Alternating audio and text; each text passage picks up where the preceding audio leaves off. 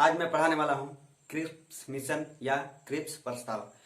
Cripps mission साधारण बोलचाल की भाषा में कहा जाए तो भारतीयों को एक लालच की तरह है या लॉलीपॉप की तरह, जो दिखाते हैं और दिखाने के बाद अपने प्रभाव में लाने के बाद कुछ काम निकलवाना या निकलवाया जाता है। तो इस तरह का ही क्रिप्स प्रस्ताव था जो तत्कालीन ब्रिटेन सरकार द्वारा लाई गई थी। आइए जानते हैं विस्तार से।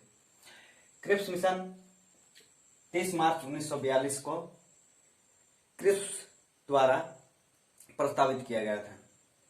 तो तत्कालीन स्थिति के बारे में भी जान लेते हैं। तत्कालीन पूरे विश्व में द्वितीय विश्व युद्ध चल रही थी। तो इन परिस्थितियों में जो 1941 में मित्र राष्ट्र की स्थिति गंभीर हो गई थी। मित्र राष्ट्र की स्थिति गंभीर हो गई थी मतलब इंग्लैंड भी मित्र राष्ट्र में ही था, युद्ध में मित्र राष्ट्र की तरह था।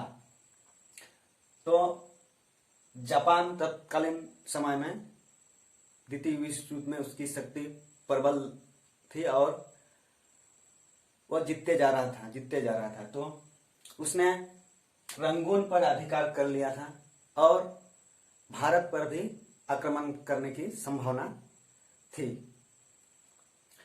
इंग्लैंड की स्थिति खराब थी क्योंकि मित्र राष्ट्र की स्थिति खराब थी, युद्ध में इंग्लैंड की भी स्थिति खराब थी और ऊपर से भारत में आंदोलनों का दौर चल रहा था।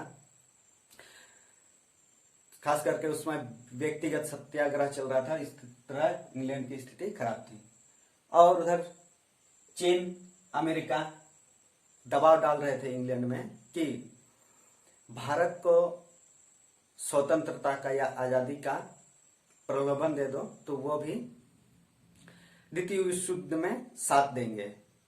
इस प्रकार दबाव बनाया जा रहा था चीन, अमेरिका और ऑस्ट्रेलिया की तरफ से। ब्रिटेन को या इंग्लैंड को दबाव दिया जा रहा है कि भारत को आजाद किया जाए।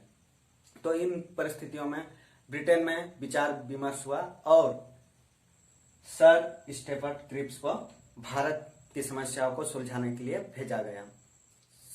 सर स्टेफर्ड क्रिप्स जो है वो समाजवादी विचारधारा के थे और भारत को आजाद करने के पक्ष में थे।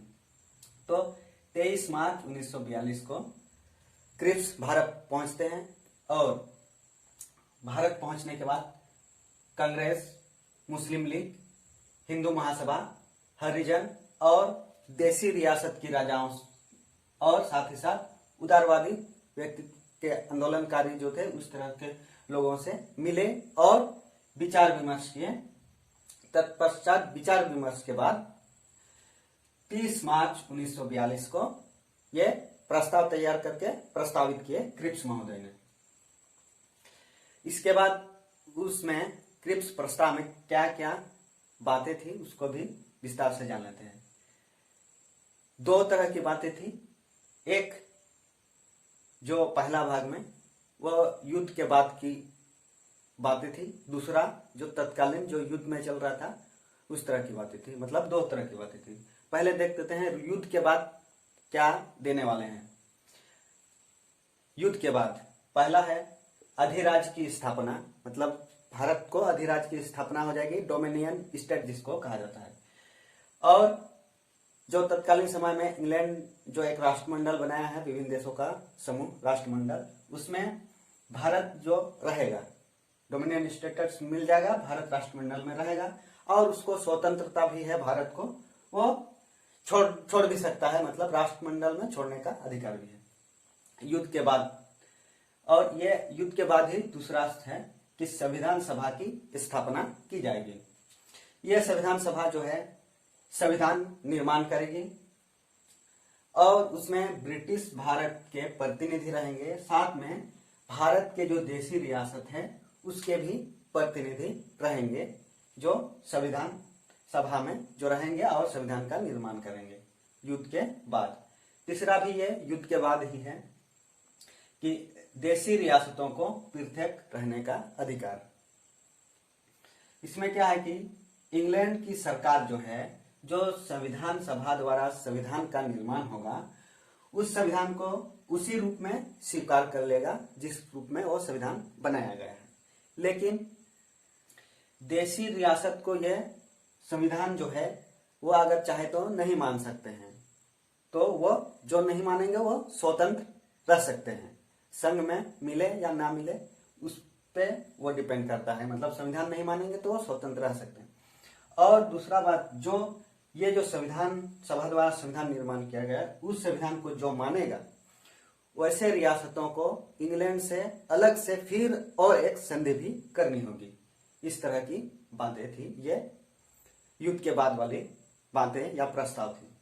युद्ध जो चल रहा था उसमें तत्कालीन समय में युद्धकालीन व्यवस्था थी कि युद्ध के दौरान भारत की प्रतिरक्षा विभाग जो है, यानी कि सैनिक संगठन जिसको सेना कहा जाएगा, वो ब्रिटिश सरकार के नियंत्रण में रहेगी युद्ध के दौरान।